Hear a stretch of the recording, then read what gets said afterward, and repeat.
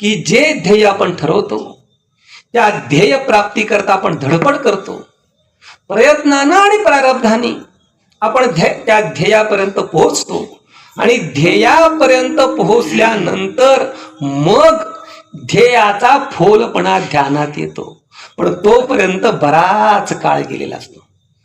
आपल्याला असं वाटतं माझं स्वतः आता इंजिनियर आपण झालो म्हणजे खूप मोठं ध्येय, आपण काय ठरवलं इंजिनियर व्हायचं, पण इंजिनियर झाल्यानंतर कळतं ह्याच्यात काहीच नाहीये, डॉक्टर झाल्यानंतरच कळतं ह्याच्यात काहीच नाही. म्हणजे ध्येय प्राप्तीनंतर ध्येयामधला विफलपणा जर ध्यानात आला तर त्याचा काही उपयोग होत नाही. म्हणून संत सांगतात, श्रुती सांगतात त्याप्रमाणे माणसाने आपल्या ध्येय ठरवलं पाहिजे.